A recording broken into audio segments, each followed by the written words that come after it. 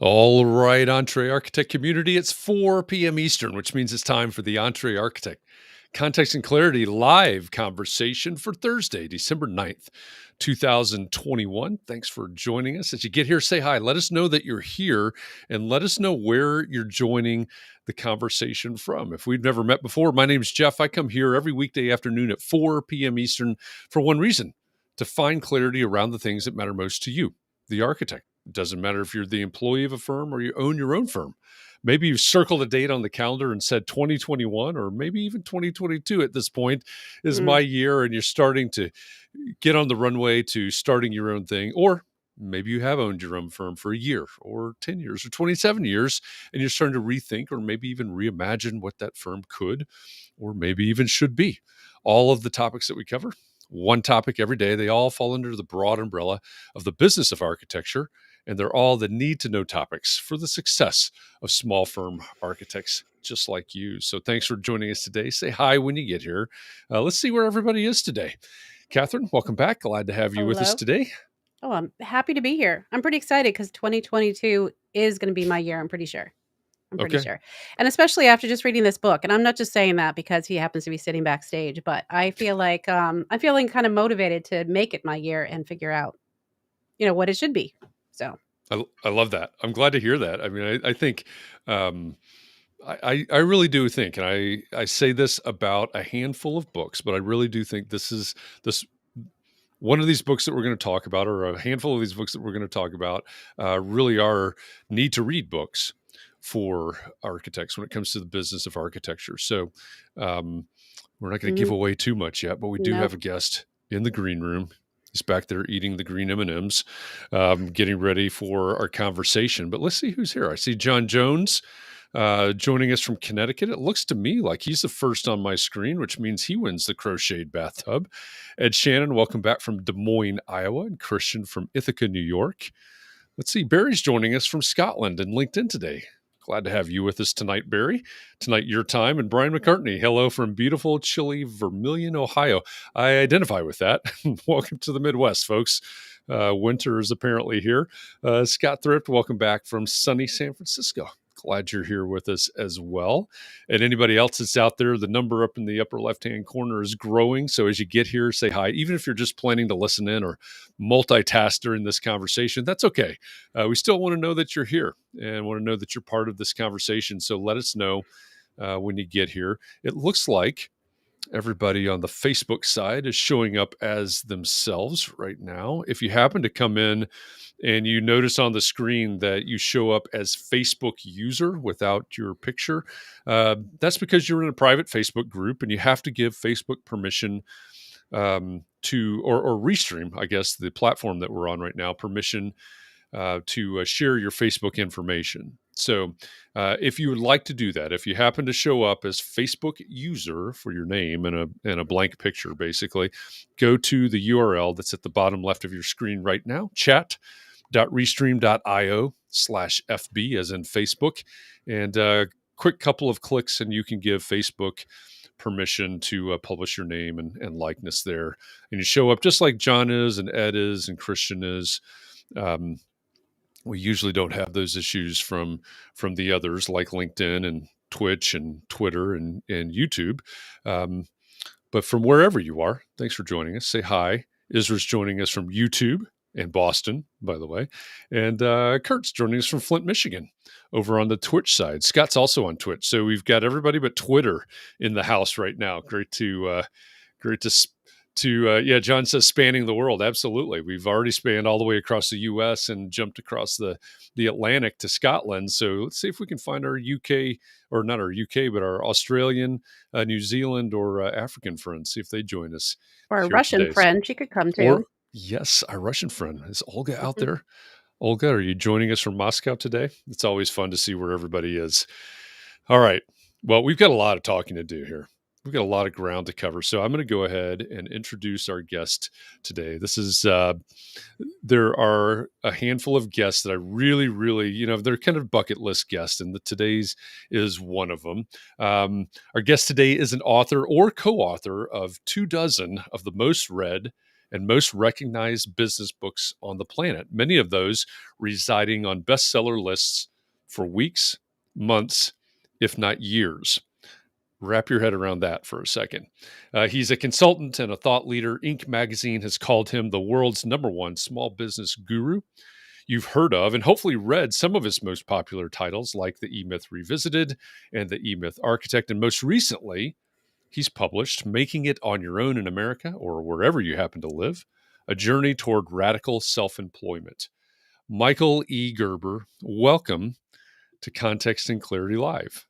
I'm delighted to be here. Thank you. I'm glad to have you here. And I didn't mention this before we went live, but I'm looking at the wall behind you.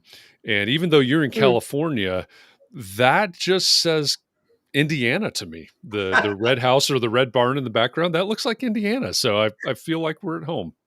I wanted to make you feel at home. I appreciate that. Yeah, we I painted appreciate that just that. for you. I thought you did.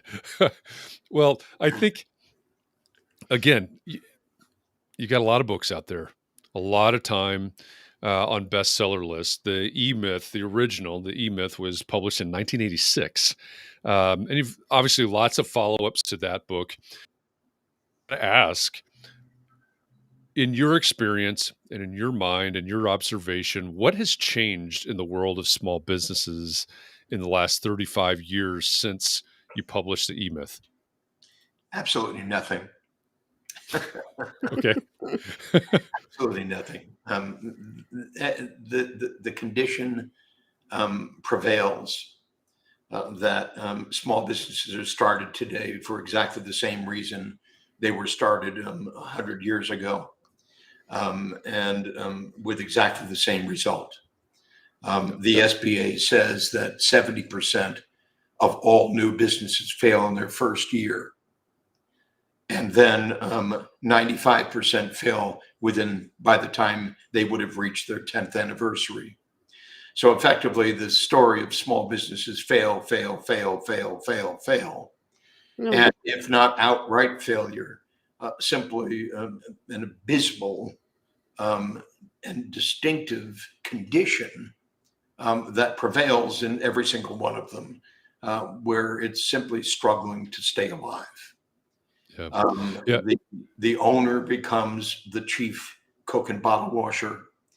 And of course, that is most strictly true in independent architects. The architect starts the firm to practice architecture, not to create a company, to do architecture.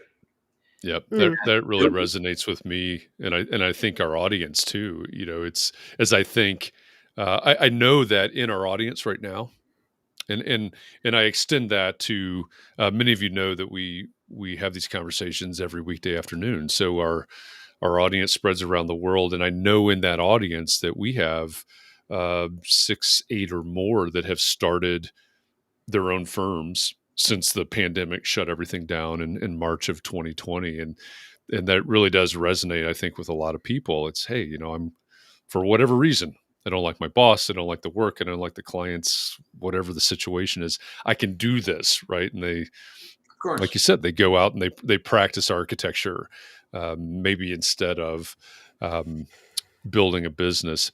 With the current condition, or maybe everything that's gone on in the last 20 months, let's say, going back to when things, at least on the American timeline, when things shut down about mid-March of 2020, we hear a lot about the gig economy. We hear a lot about the great resignation. Have you seen anything? I don't know how much attention you've been paying to those specific, super current type things, but have you seen any result of those things on maybe the rate at which businesses are starting, or the necessity of the application of what we're talking about today? Well, let me say, and it sounds in a way unintelligent when I say that nothing's changed since 1977 when I started this. Understand, I started my first, in quotes, E-Myth company in 1977 as the Michael Thomas Corporation. Mm. And it was what we called a business development firm. And it was the very first small business coaching company on the planet. So we created small business coaching. When we started it in 1977, the condition was identical to the condition today. So if I were to look at the condition of small businesses right now, today, at this very moment, I would see it to be absolutely undifferent from how I saw it way back then in 1977. The same conditions, the same circumstances, the same reactions, the same responses, despite all of the coaching that's going on in the world, despite all of the, what you might say, intelligent services that are being provided today in the world, nobody's gotten any smarter. The failure rate is constant. The condition remains static. And in reality, nothing's changed other than with the companies who perhaps we have spent our time with, where something remarkably different has occurred. You talk about, and I would say, I would wish I could say something different. In short, that the impact we've had has been universal. Unfortunately, it has not been universal. Yeah. You reference Ray Kroc and McDonald's. That's sort of a common thread through at least the books that I've read.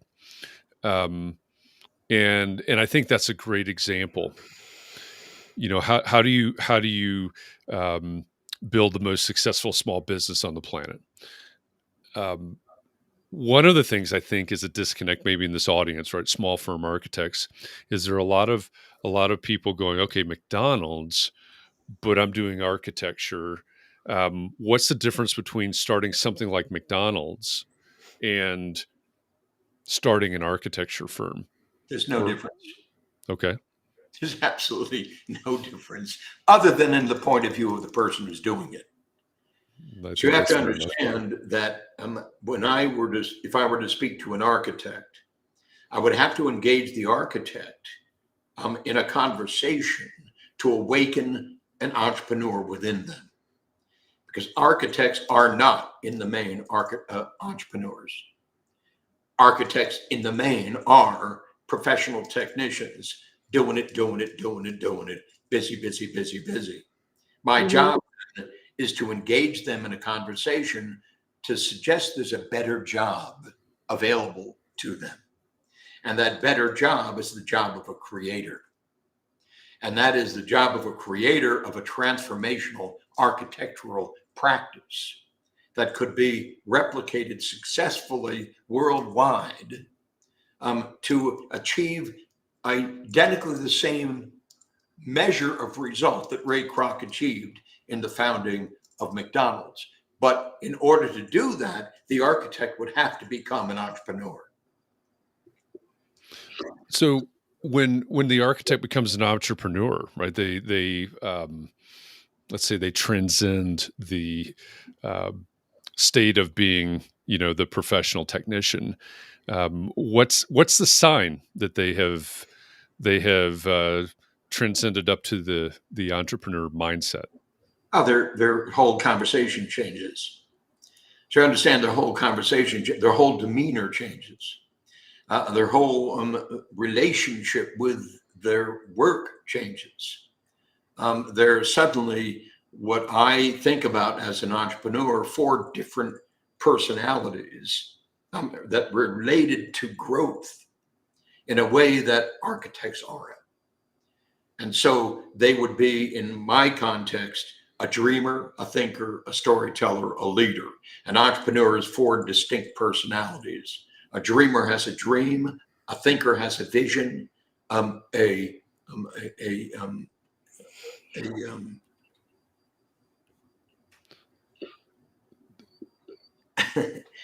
storyteller has a purpose, and a leader has a mission. So the dreamer says, I have a dream. That's the beginning of the process, the entrepreneurial process.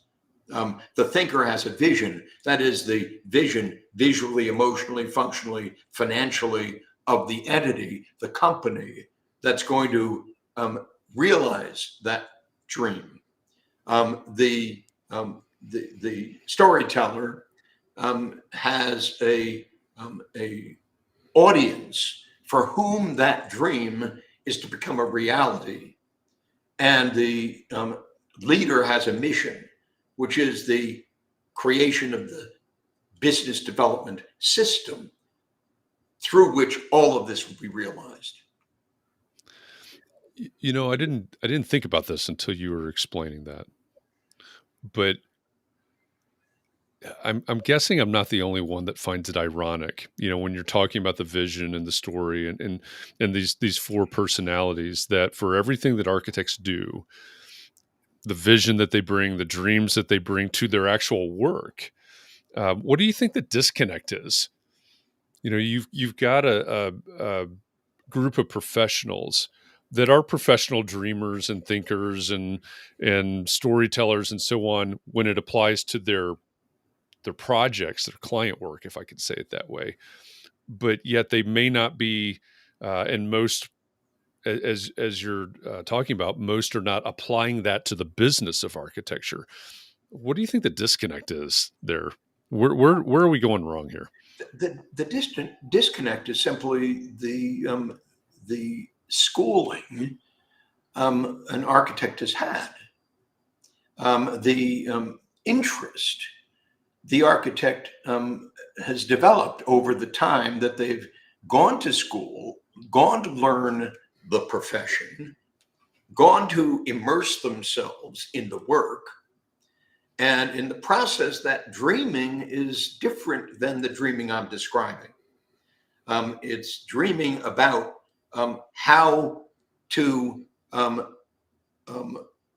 create the ideal building, how to create the ideal structure, how to create the ideal, et cetera, et cetera, et cetera, et cetera. I'm talking about the business of that. And so understand the departure from architecture means the business of architecture and how to design the business of architecture in such a way that it is transformed from doing it into something that can be scaled exponentially. So one would not replicate the traditional architectural firm from an entrepreneurial perspective. One would go far beyond it. Yeah. You know, when as you're saying that, it reminds me that I can't believe I didn't have this in the introduction, but for all of you out there that have heard me say or anybody say, you use the phrase working on your business instead of in your business. This is the guy, right? This is the guy that basically coined that phrase. And when you were just talking about that, it's, you know, working on designing the business rather than designing the home or the museum or whatever the project at hand is. Yeah, that's great. So we've got architects that need to be designing their business, thinking about working on their business. Think about this, that, for example, one, as an entrepreneur, one would think about popularizing architecture and making it available to the least among us. So popularizing architecture and making it available to the least among us. And in order to do that, one would think systemically about how to popularize architecture and to make it available to the least among us, so that it would become an intelligent system as opposed to a professional architect. A professional system would be absolutely constructible were one to think, how could I do that without me having to be there? How could we, in short, automate this process in an intelligent manner that wouldn't reduce architecture to banality, but in fact expand its capability, but at significantly less cost than a professional would insist upon. And suddenly you realize that it releases it from the architect and produces an architectural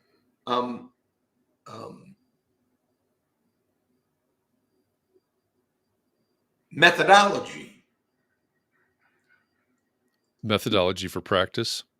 An artificial intelligent methodology that could do what, in fact, the least and most effective architect could never do. But to do it for everyone. So when you say do it for everyone, are you talking about everyone, the client? Yes. Okay. Everyone, the client.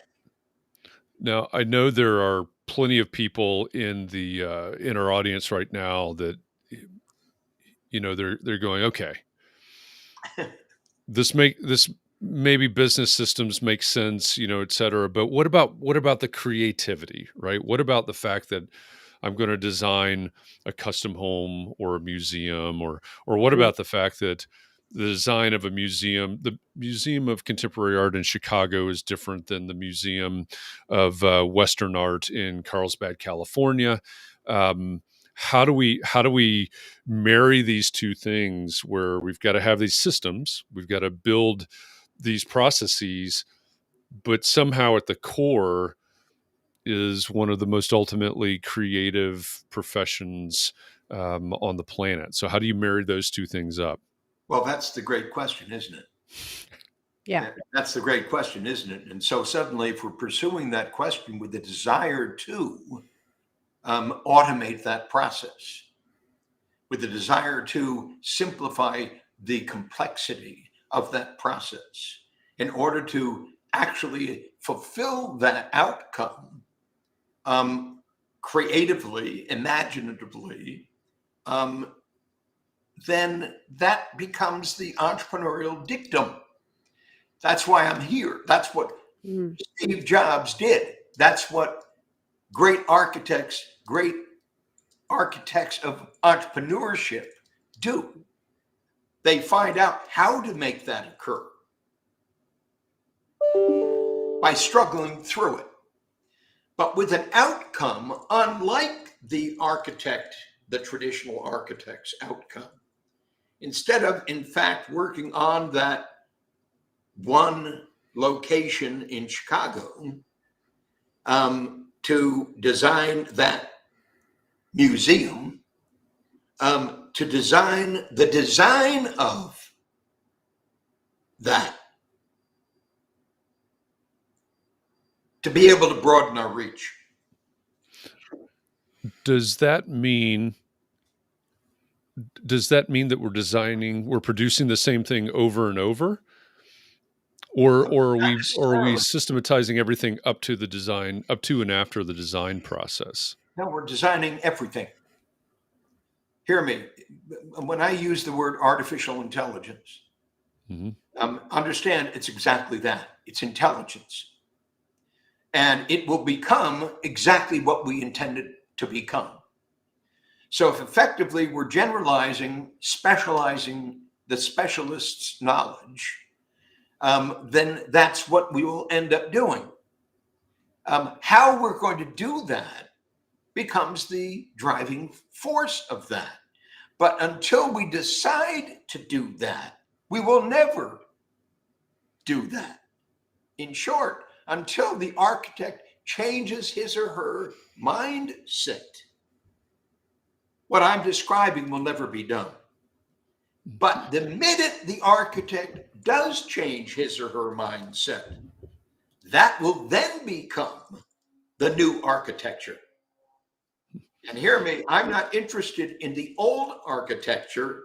I'm interested from an entrepreneurial perspective in the new architecture.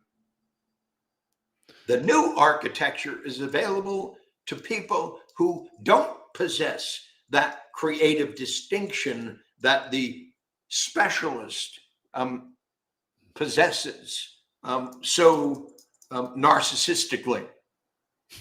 The new architecture becomes available to everyone. You use the word decide, And I think that's a really important word. One of the things, and I've been dwelling on this because somebody in our audience, is actually Chris Novelli in our audience, brought this up a couple of weeks ago. At the time, he was talking about he started building physical models again. As you can imagine, physical. When I was in school, that's all we had: physical models. We built these models. Now they have computer generated building information modeling. And one thing Chris said has really been dwelling in my head right now. He said, "I realize that I get to decide how I run my business," and that really hit me because I know that there are a lot of people. It's probably not just small firm architects. It's probably a lot of small business owners feel like their customers or clients, whatever they call those people that they're serving, are dictating and deciding what their business is like. But you're talking about being very intentional and deciding what the business is going to be like, aren't you? Well, yes, understand. Let's go back to the model that I presented earlier. I have a dream, I have a vision, I have a purpose, I have a mission. My dream in this particular case is to transform the state of architecture worldwide.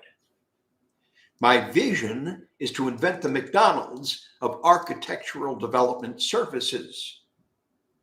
My purpose is that every architect, once adopting this new methodology, would literally transform how they do what they do and for whom they do it in ways that we can't even imagine right now. And our mission is to develop the architectural development system through which that evolution would occur. So it all depends upon our dream, our vision, our purpose, and our mission. That states the name of the game. So you got to understand, by saying my dream is to transform the state of architectural services worldwide, I'm immediately establishing a position in relationship to this business I'm designing, building, launching, and growing that's completely different than what an architect will typically do. A traditional architect's dream isn't to transform the state of architecture worldwide. Their dream is to lead a life as an architect, doing the work of an architect successfully with the clients they desire to have, to make the living they desire to make, et cetera, et cetera, et cetera, et cetera.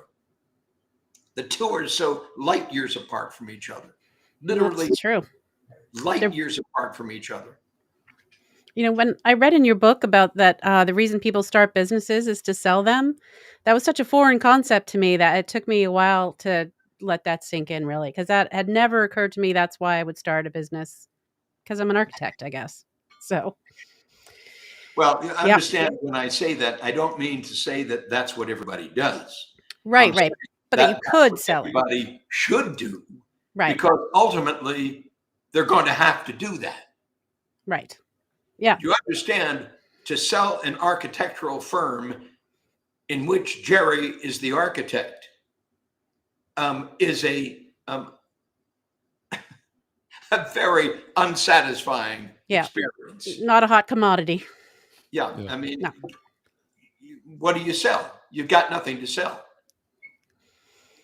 Well, and that brings us back to, back to the McDonald's example, right? If you sell a franchise, i.e. McDonald's, you're selling systems, you're selling brand, you're selling everything that's packaged up into how this business operates, what it is, et cetera, which, let's be honest, this is not what most architects are doing. As we apply that to the future, right, to this new architecture of the architecture firm, does that mean that Mark LePage says, sorry, I just saw this comment. Mark says he's getting hungry. We're talking about McDonald's and he's getting hungry. So, all right, I'm off on that tangent all of a sudden. I'll come back to this. But in listening to E-Myth Revisited, you're talking about Sarah, and I think I've gained about 10 pounds listening to the story of Sarah and the pies. Just Just throwing that out there. But so those of you that don't understand that that reference, you're going to have to go by and read E-Myth Revisited to understand that, and then you too can eat pie. But back to the idea of the McDonald's version, I guess, of an architecture firm. There are it comes up over and over in my conversations with architects that they feel like they're being commoditized. You know, there's just expectations from the clients, and we're getting beat down on fees, and you know everything that goes into commoditization. And then we bring up this idea of McDonald's and architecture, and their heads are exploding all of a sudden. Does the idea of systematizing, if that's the word, systemizing, of putting all these processes together, like Ray Kroc and the McDonald's brothers back in the day, does that commoditize architecture or the practice of architecture? Well, I would resist the word commoditize. Do you understand? Entrepreneurship is not about commoditizing anything.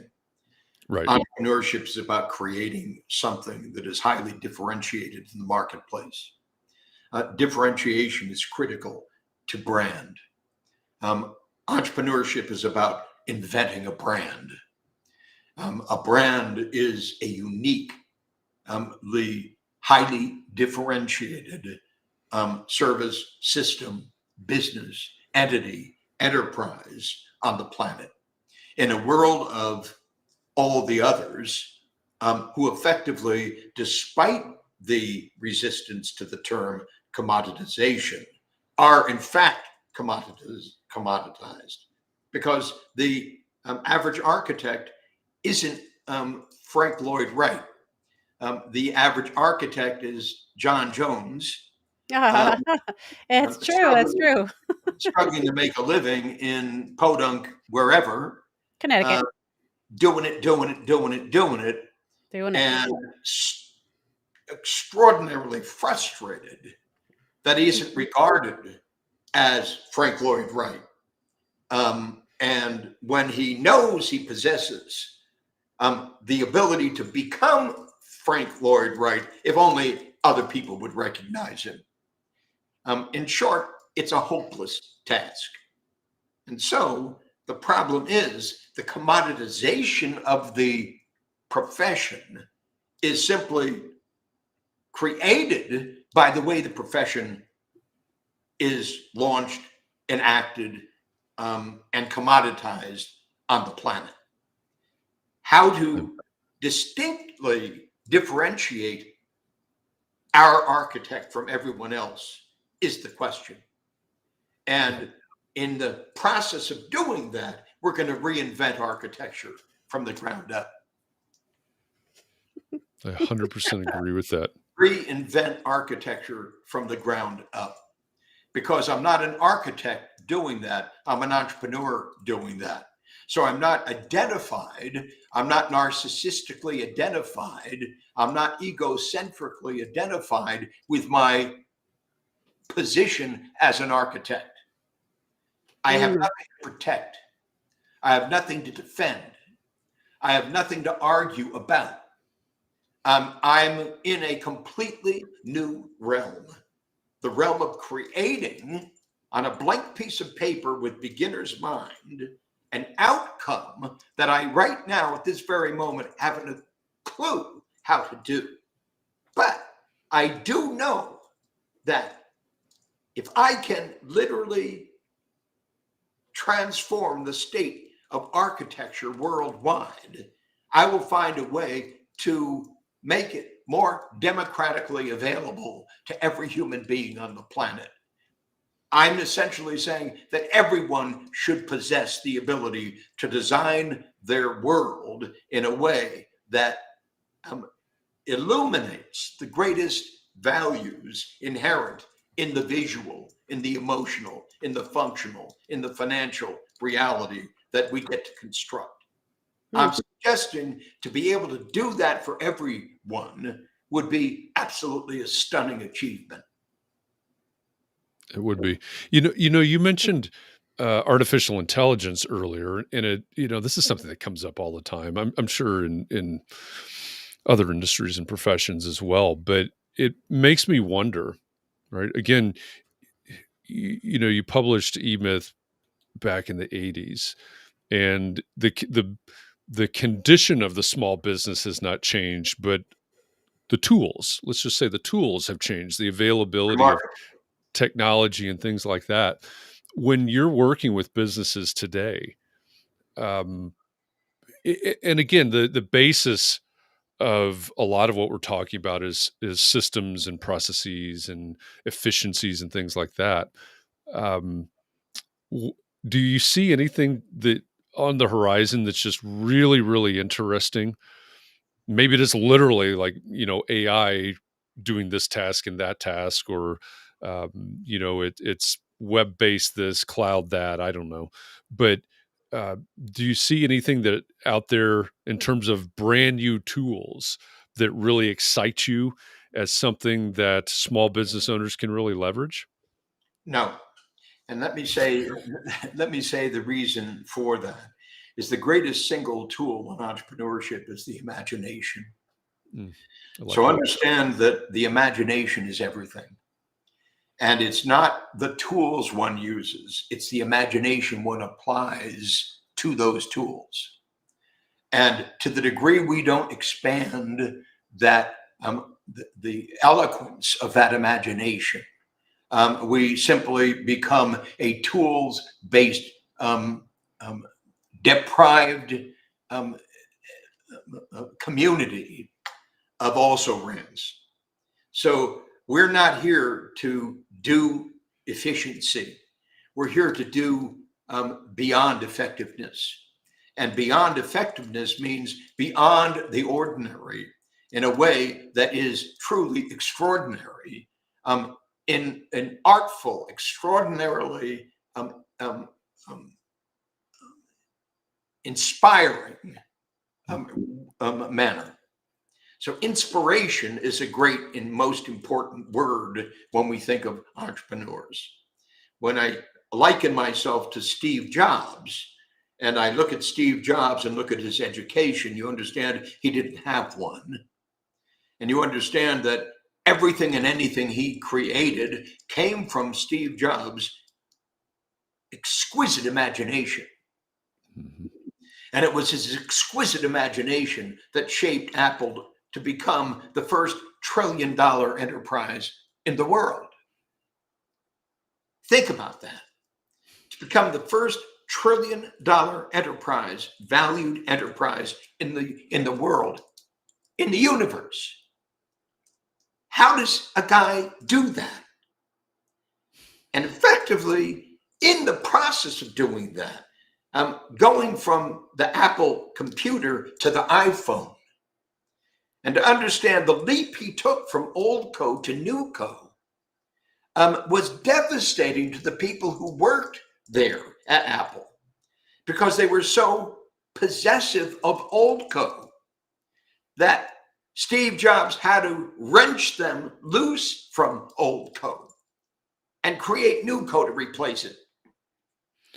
When you say old co and new co, for those in the audience that have not read the books, can you explain what you mean by that? Old code is the company you've got. New code is the company you're creating. I'm suggesting in E-Myth terms, we don't go to work on your current practice to fix it. That's a futile, absolutely fatal process. We don't go to work on your practice the way it is to fix it.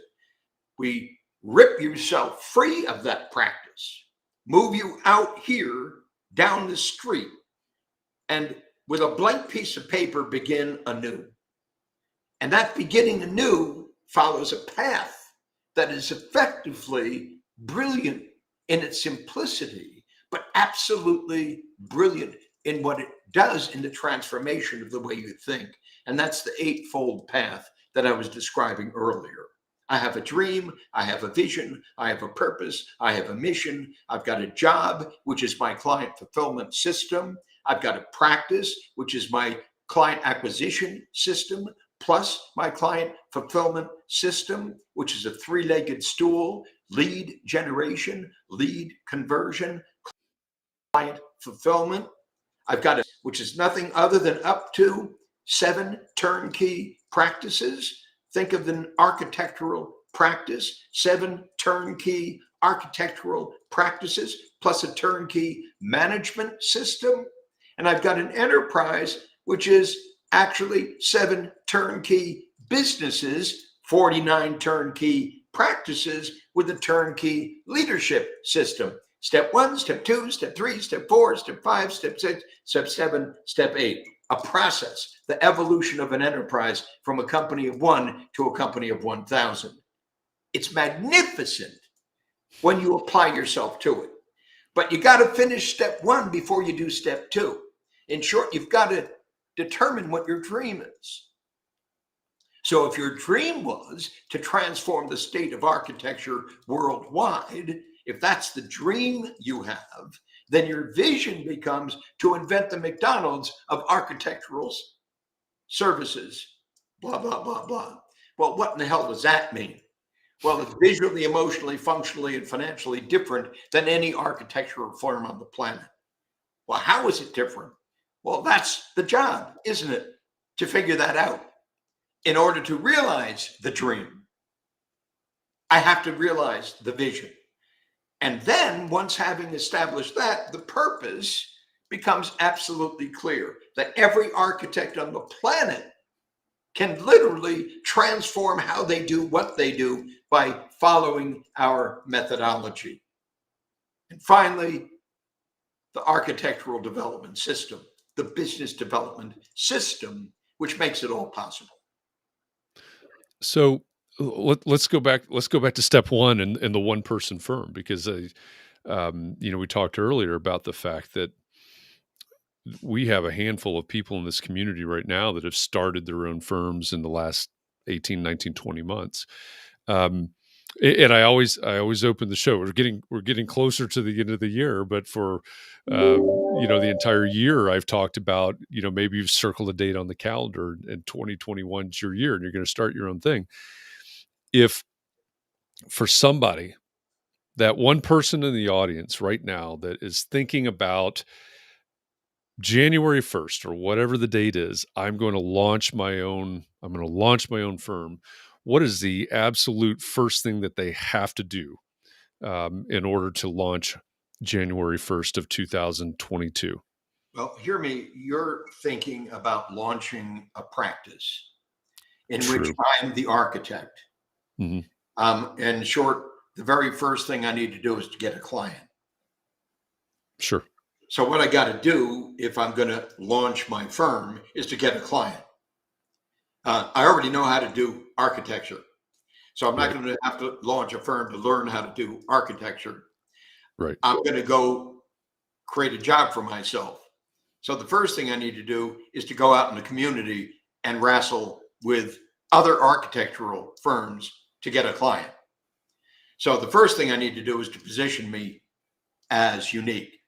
And so the first damn thing every architect will do who starts their own firm is to use social media to tell the story about this architectural firm. They'll go out and go to meetings of the Chamber of Commerce to introduce themselves. They'll network at BNI. They'll do this, they'll do that. They'll associate and disassociate. They'll do all the things that everybody does. Hi, you don't know me, but hi, you don't know me, but hi, you don't know me, but do you know anybody who needs an architect? Do you know anybody who's doing any building? Do you know anybody who, that's it, mix and mix and mix and mix and match.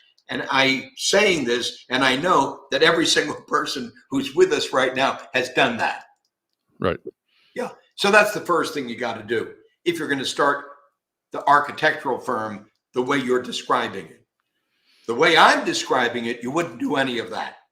What would you do? The way I'm describing it, you'd first of all, with a blank piece of paper in beginner's mind, decide what your business is going to be. In short, you're going to design your company. And you're going to design your company not as a company of one, but a company of many. Because a company of one isn't a company at all. It's simply self-employment. I'm suggesting something else is at hand. And so the first thing you're going to do is you're going to discover your dream. Well, what does that mean? Well, what do I really want to do when I grow up? What do I really want to do if I were to leave a legacy? If I could even imagine leaving a legacy, what would that legacy be? What drives me? What desire do I have for changing the world, changing the way the world works, fixing the way the world, and on and on and on and on. A dream. So I'd enter the dreaming room. That's the very first thing every architect on the planet should do. They should enter the dreaming room to discover their dream, their vision, their purpose, and their mission. And in the process, understand something absolutely extraordinary is going to occur. And it's going to be outrageous in this respect. It's going to rip apart who they think they are and open the door to who they may become. And so the first thing that has to be let go of is the past. The very first thing that has to be let go of in this evolutionary process is the past and the present. It's who I've become by my training, by my dedication, by my interest, by my et cetera and so forth, and put all of it in question. So the very first thing that has to happen is to put everything in question. You got that? That's disruptive at the highest order. And it creates chaos in the stereotypical mind. That's our objective at the beginning. My objective at the beginning is to piss everybody off. And I really do that well.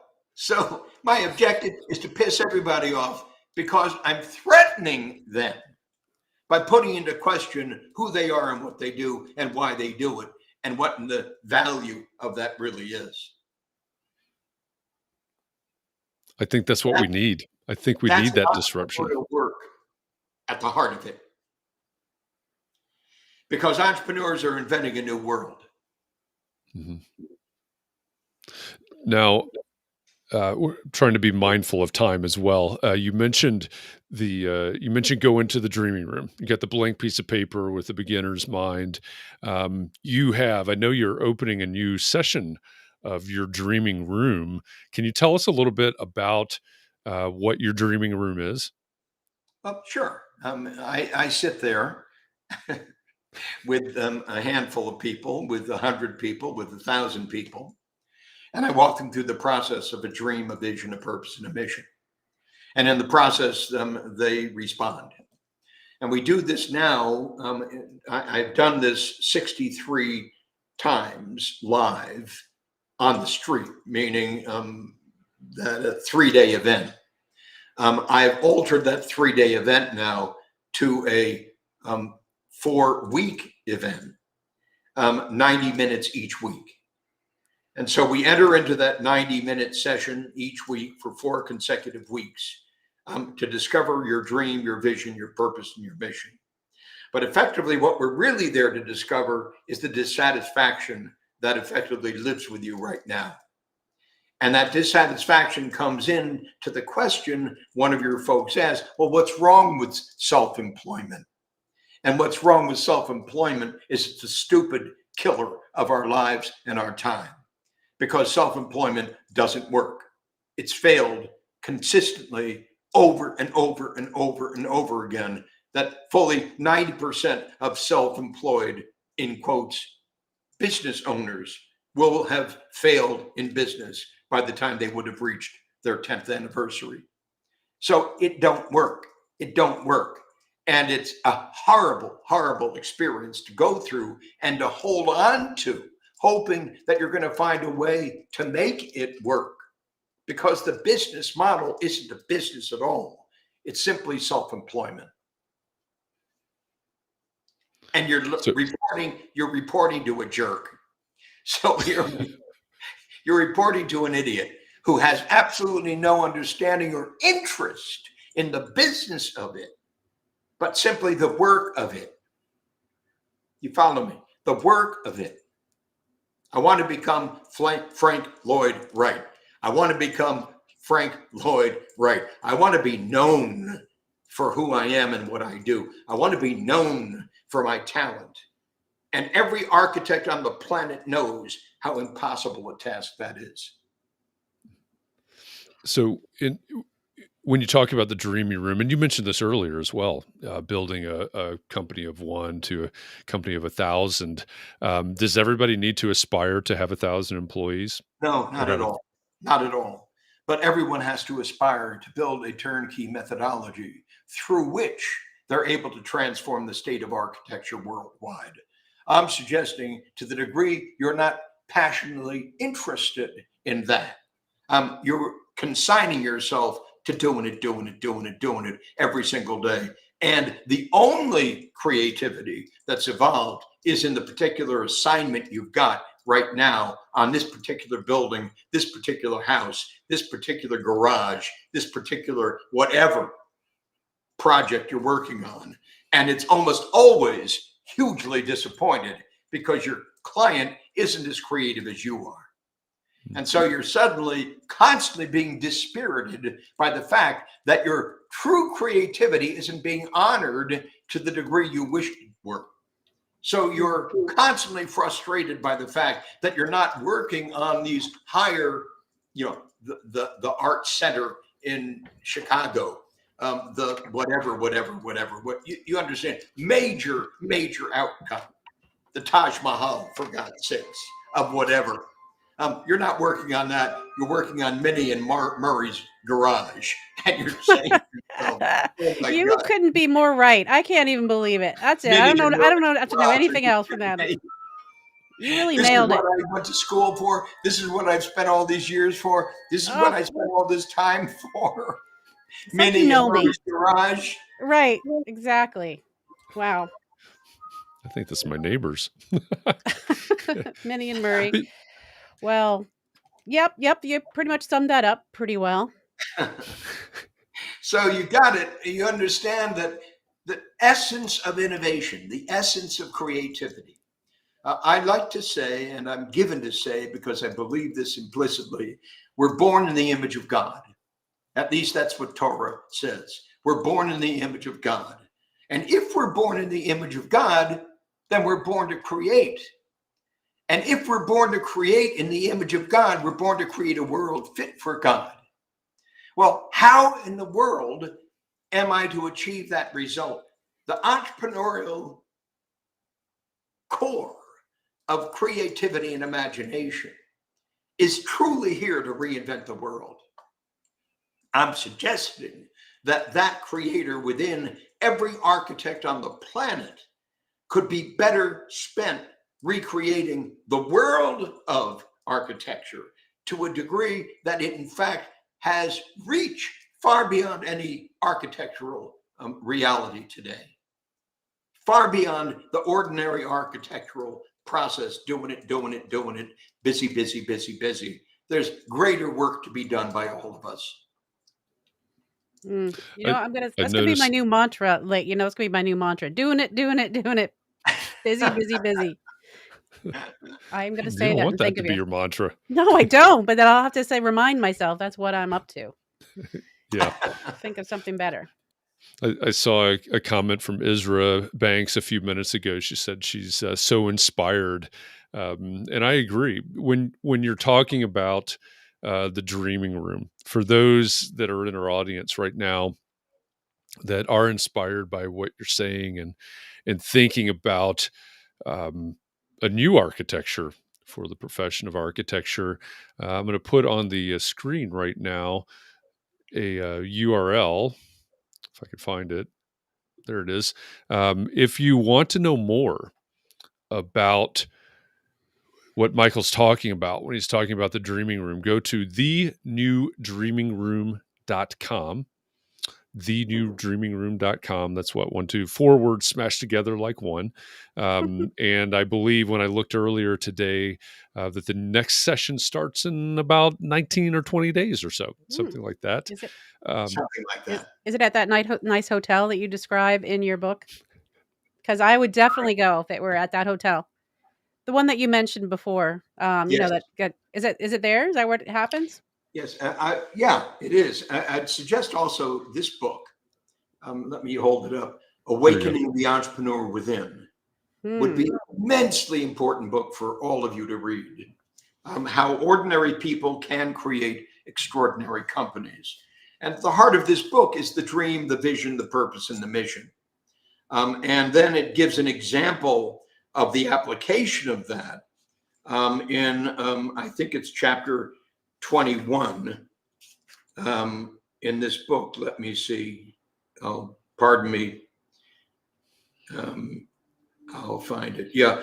Chapter 21 in this book is the wisdom of process. And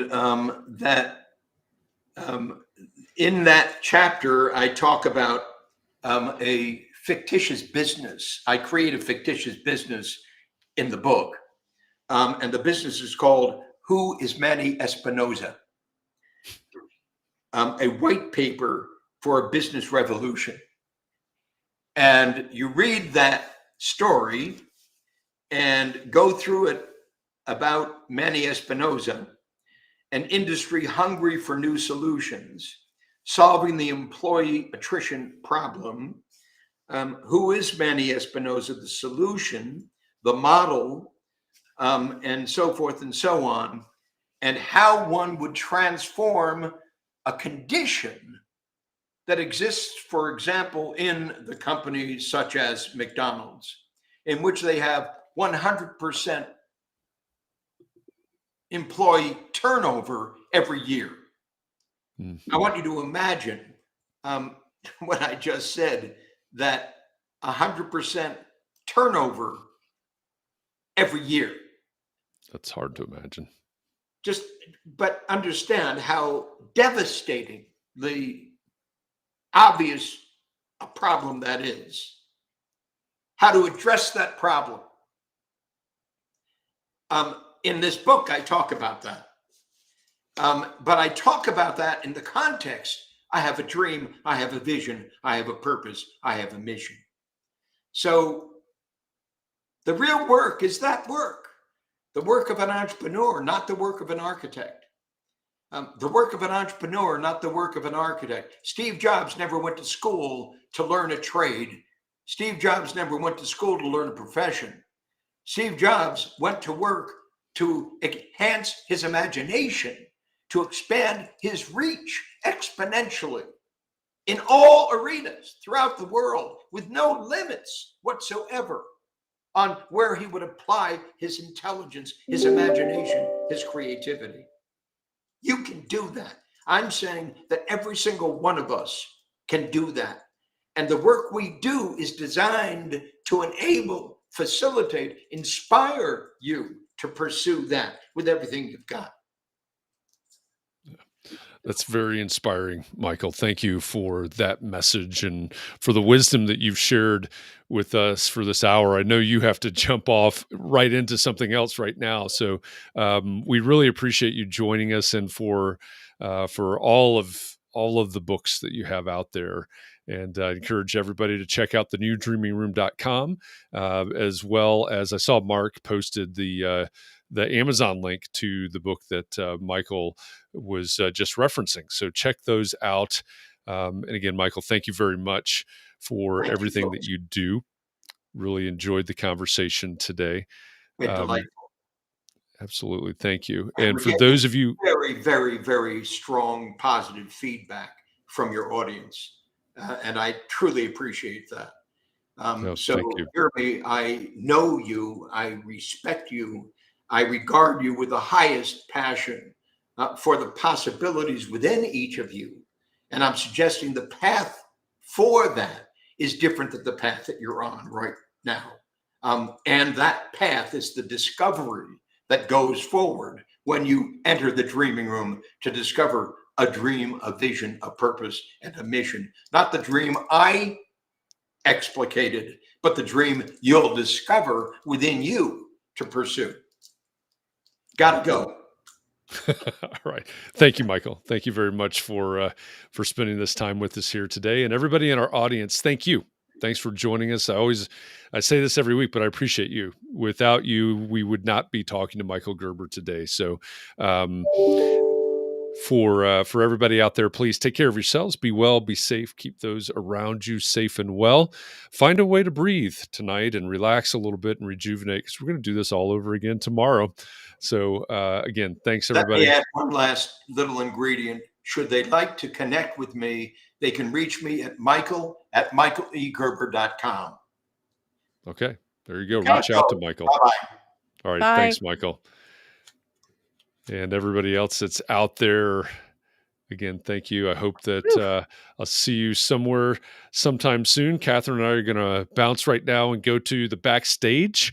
And if you're not familiar with what that is, every day, every week after we wrap up the recording or the broadcast, simulcast of Context and Clarity Live, we go backstage with a couple of guests and we talk about our biggest takeaways, lessons that we learned, and things that we think we can apply in our own businesses. So we're going to bounce right now and go back there to the backstage and record that episode. And you can look for it wherever you listen to podcasts coming up here in the near future. I'm not exactly sure what the schedule for publishing that is because of the holiday, and a little bit of pivot we're going to talk about in the near future about the format of that podcast. It's kind of exciting. So stay tuned for when the backstage episode will come out. But with that, I do want to give you a heads up because next week on Context and Clarity Live, we will have Jennifer Castenson will be our featured guest next Thursday afternoon. She formerly was the head of programming at Zonda, which was formerly Hanley Wood. Now she is the vice president of innovation at an Australian build tech company. So we're going to talk to Jennifer about innovation and innovating practices. I think that's going to be a really interesting conversation. So check that out next Thursday. And of course, as always, we'll be back in the Entree Architect Community Facebook group tomorrow afternoon at 4 p.m. Eastern. And our topic tomorrow will be what are the advantages and or disadvantages to running a business versus having a job, or maybe self-employment. So we'll talk about that tomorrow. We'll kick that off on Clubhouse at 9 a.m. Eastern and be inside the Facebook group at 4 p.m. Eastern tomorrow afternoon. So with that, again, thanks everybody. Appreciate all of you. Thank you, Katharine, for keeping the wheels on the bus. Well, that was and, something. And hope that we see you all somewhere sometime soon. Thanks, everybody.